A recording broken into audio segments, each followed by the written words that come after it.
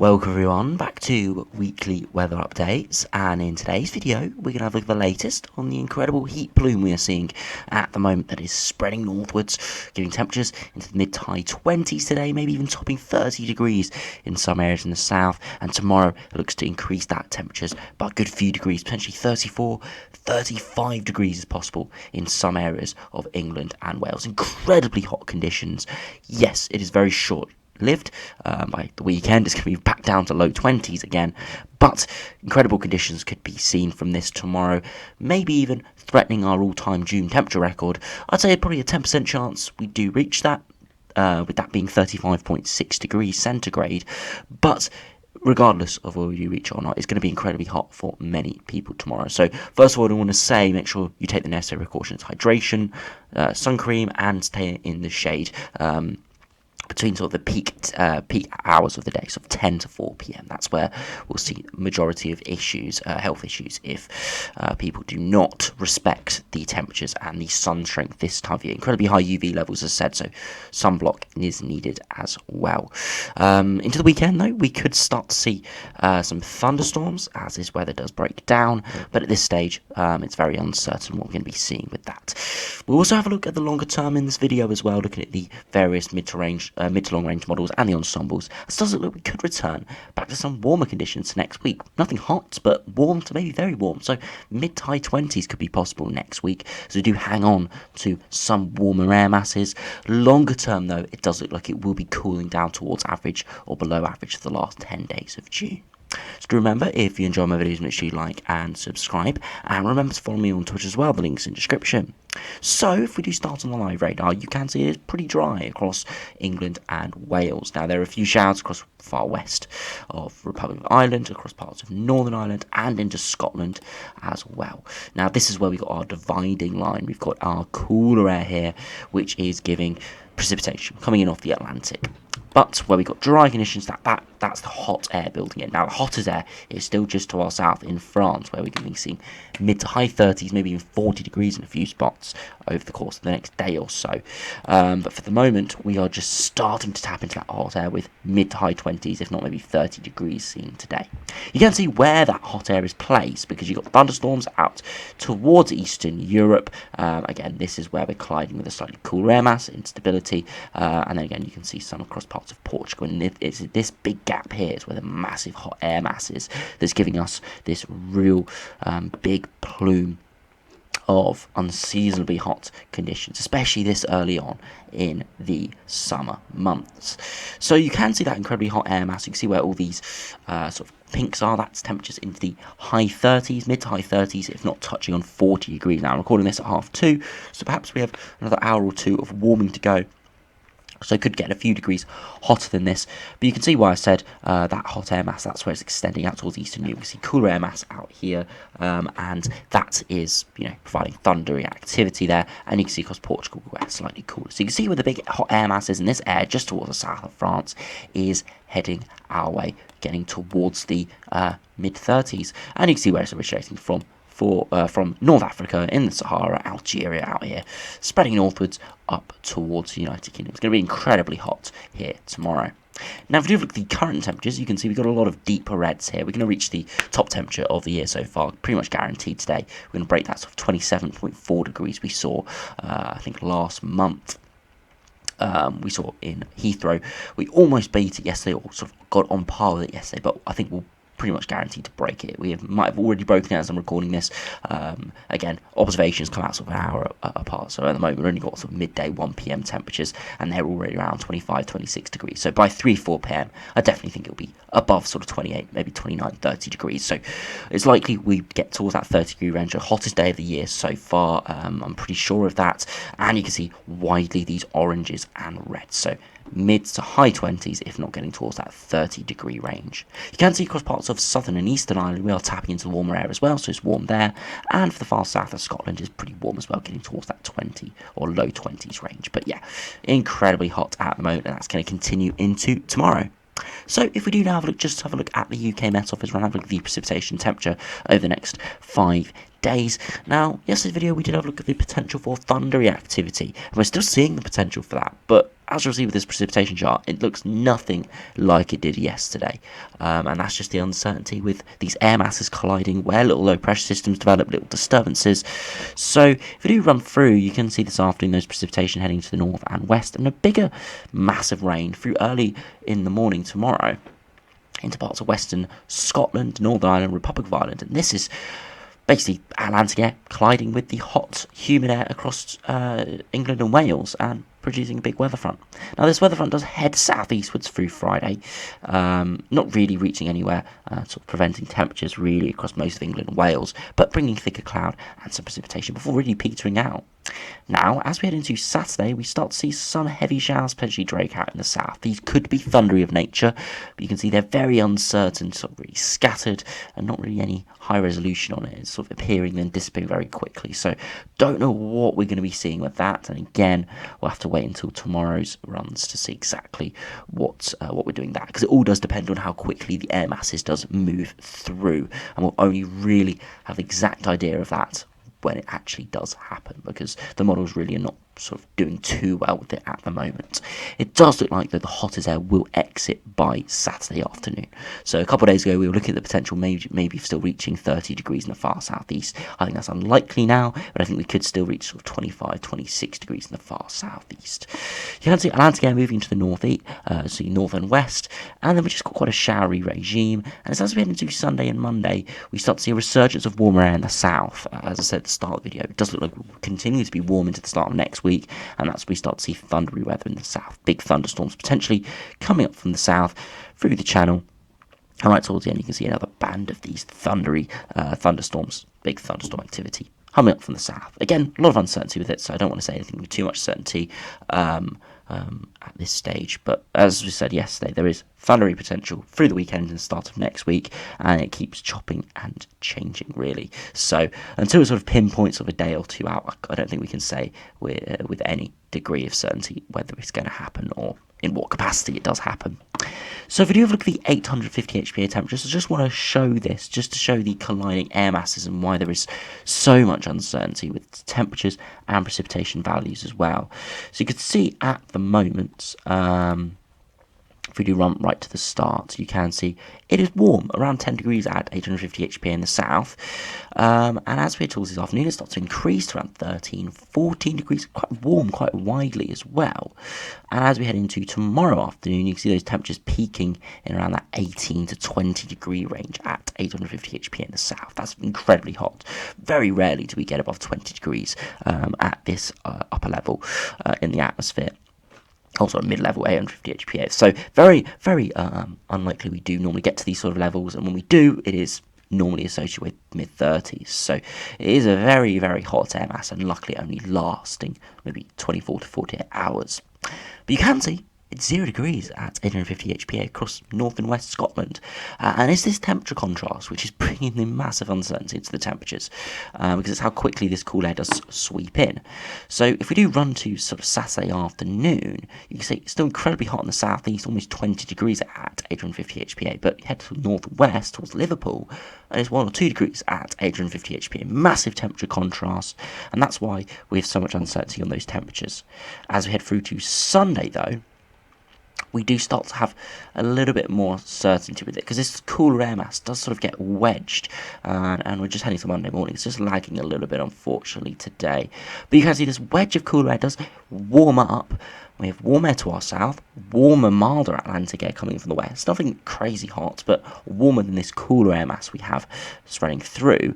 And by Monday afternoon, it's sort of petered away, this cooler air mass, back towards sort of 7, 8, 9, 10 degrees at 850 HPA. And yes, it's not incredibly hot, but in the south, we're getting towards 10 to 15 degrees at 850 HPA, which will give temperatures back into the mid to high 20s potentially. So this is why I said, yes, a cooler air mass is spreading through Saturday and Sunday, but by Monday, Tuesday time, we're back into a warmer air mass, and it does look like we could see big thunder activity and a continuation of warm or very warm conditions. Not expecting 30 degrees plus by any means, but warm to very warm, so sort of mid to high 20s, very possible, returning to start of next week. Don't think it's going to last long, and we'll have a look at the mid-range in a minute to explain why.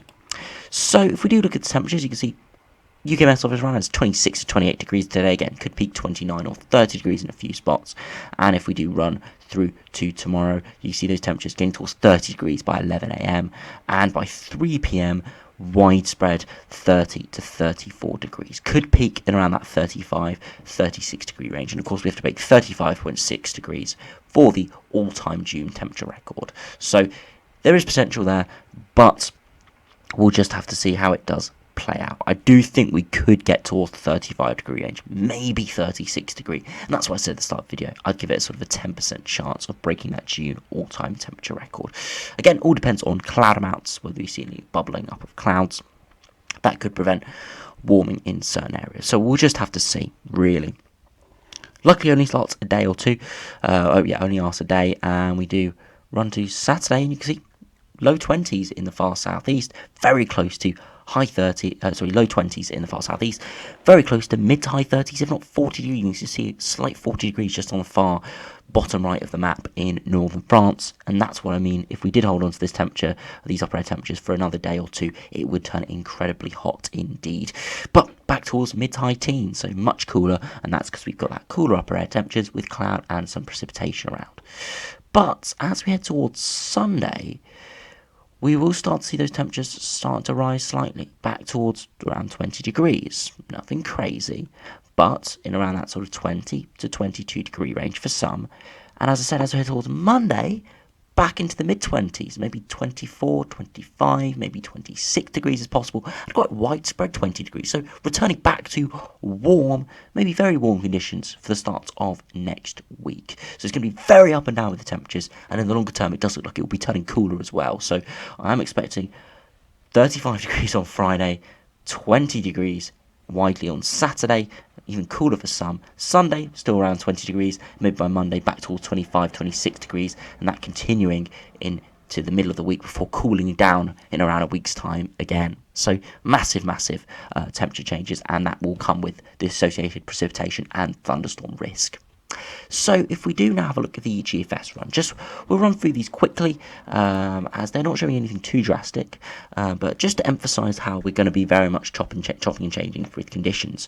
See high pressure to our east, squeezing up a hot air mass from our south, and then we go a brief cooler sector. You can see the wind direction coming in from the northwest, before high pressure does topple, bringing a milder air mass back in from sort of the mid-Atlantic, and that's squeezing with hot air to our south, returns things back drier and warmer, and that's why we'll start next week. It could be decent. For the middle of the week, we start to see a northerly airflow move in, much cooler, and we go very unsettled with a northerly airflow, low pressure over the top of the UK, much chillier conditions, and that continues into the longer term before we start to put in a east to southeasterly wind, turning very hot heatwave conditions, returning once again. And because this looks like it could be sustained, we could actually technically call that maybe a heat wave. Because at the moment, even though it's getting incredibly hot, we can't really say it is a heat wave, because we have to reach certain temperature thresholds for 3 days straight, and we're not going to be hitting that. I think it's 28 degrees in London in the southeast on 3 consecutive days to get a heat wave,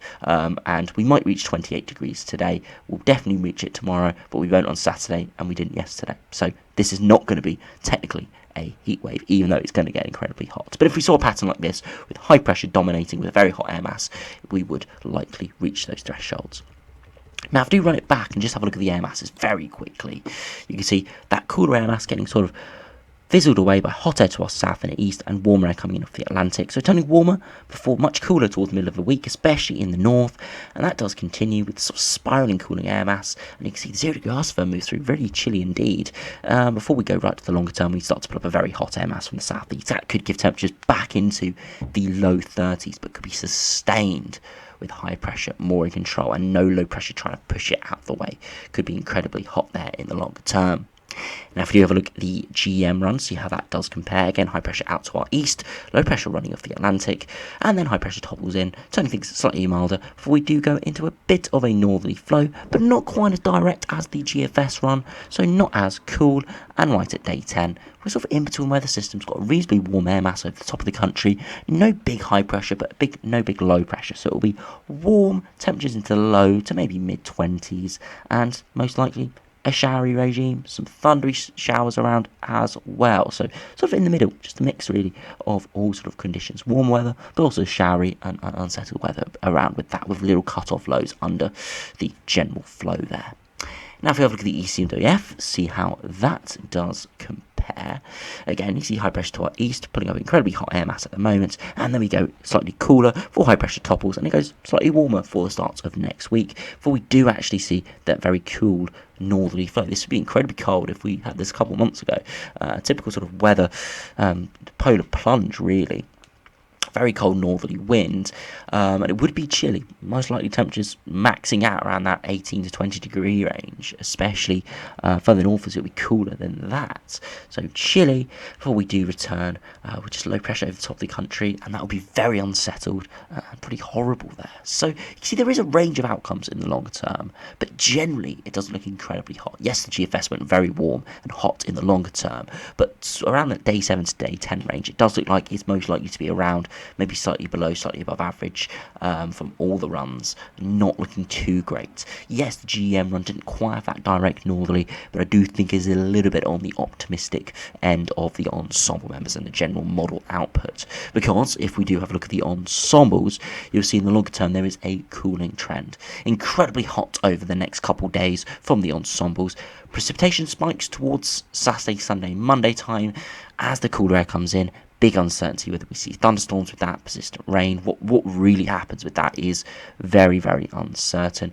And then we go slightly above average once again towards the middle of next week. So for the next sort of 7 days, it's generally above average. So if you're in the south, most likely, yeah, there's going to be a blip of temperatures maybe on Saturday and Sunday. But come Monday to Wednesday next week, it could be returning back towards mid-20s. So pretty decent. As you can see, upper air temperatures return to around 10 degrees at 850 HPA. Beyond that, though, it's the last 7 days of June, we're around or below average. This is why I said the GM run, which is probably one of these warmer outliers, would be one of these more warmer outliers. Of course, it's not on this chart, but you can see the majority are below average, so cooler conditions are most likely, and returning to average for the start of July. And you can see the operational run, in fact, is very hot indeed. Big outlier, so we have to sort of disregard that, but it was quite a nice chart, and if it did come off, I think a lot of people would be looking forward to a big heat wave on paper. But actually, if we get to it, like now, it does get oppressively hot. Really, these sort of temperatures, much above 10 degrees at 850 HPA, starts to get pretty hot and oppressive this time of year. I'm perfectly fine with max temperatures of 25 degrees. Anything higher than that, I think, is getting a little bit too hot, especially for the infrastructure we have in this country. So yeah. Anything that hot, is nice to look at on weather charts, but in reality isn't too great. Now, if we have a look at the ECMWF ensembles, just have a look at what they're showing over the next couple of weeks. Look at the midnight run, incredibly hot over the next couple of days, and we do see that very, very not particularly big dip now from the ECMWF ensembles. Big shower activity, so big thunderstorms. So ECMWF definitely going for much hotter air, controlling the weather, especially in the south, from a lot of the ensemble members. Some really holding that hot air into Saturday and Sunday. Very interesting now. I'll have a look at the 2-meter temperatures for this as well, and keeping us above average for the next week or so. So some areas in the south, if we did see some of these ECMWF ensembles come off, including that operational run, we might not dip below 25 degrees for the next sort of 5 to 7 days. So we could even reach heatwave threshold, even though it doesn't look likely. Some of these ensemble members would be keeping those temperatures in the mid to high 20s. So keeping those temperatures above 28 degrees somewhere in England or the southeast over the course of the next 5 days does look possible. So we'll have to see how it does play out. The longer term, though, it does return to around or below average. We've got consistency there with the GFS ensembles, and shower activity does increase. If we do have a look at those 2-meter temperatures, you can see warm today, 25, 26, 27 degrees, most likely higher than that, again, low resolution. Tomorrow, getting towards 30 degrees, but again, because they're low resolution, most likely a couple of degrees warmer than that. And then we do see a bit of uncertainty on Saturday, some getting towards that 30 degree range, other around 20 degrees. So anywhere from 20 to 25 degrees, I think, is the most likely high, widely, maybe higher in the far southeast, depending on how quickly that air mass does depart. And you can see for Sunday, those ensembles are much lower, even though there's warm upper air conditions with big precipitation around, thunder activity to keep those temperatures down. So yes, the upper air temperatures potentially conducive of sustained warmer weather, you can see in reality the 2 meter temperatures are not that warm just because of precipitation and cloud around, and that continues into Monday before warming up for Tuesday. So interesting that the ensembles are a little bit all over the place over the next 5 days. Don't really quite have a clue exactly how it's going to play out in terms of temperatures and precipitation, but we're just going to have to keep an eye on it now. It does look like it's going to be warm over the next 5 days. Wherever we do see sunshine, it's going to get those temperatures up because we do have generally warmer air masses around. It's going to be incredibly hot tomorrow, so please do take the necessary precautions. And of course, into the start or into the weekend to start next week, there could be some big thunderstorms around, but I'll keep you up to date with those because at the moment we're not seeing anything too consistent with them. So yeah, big uncertainty. If you're not enjoying the warmer weather, if you don't like this hotter conditions, it does look like, luckily for the last week of June, those temperatures will be around or below average. So in around that 18 to 20 degree mark for the high temperatures, which is much nicer out there. Some people may even need a jumper for those sort of conditions, but much nicer out there, nowhere near as oppressively hot as it's going to be today and tomorrow, especially really. But there will be more precipitation around, unfortunately, as well. So please do take the necessary precautions. As I said, tomorrow UV level is going to be high, very strong sunshine, it's going to be incredibly hot. Stay hydrated, stay in the shade between the peak hours of the day, and do watch out for other people, especially LD and the vulnerable, because especially in these hot conditions, people can spiral very quickly. They can be going from completely fine to having heat stroke in the space of half an hour to an hour. So please do watch out for everyone out there. So anyway, thanks for watching. Make sure you keep up to date with the forecast. Again, I'll keep you updated on the channel, so please tune in tomorrow and we'll have a look again at what temperatures we've reached tomorrow, and of course what's going to be happening over the weekend, because I think we'll have a better idea tomorrow exactly how the temperatures and the precipitation will play out. So anyway, thanks for watching. Hope you enjoyed. Subscribe if you're new, and I'll see you again for another video soon.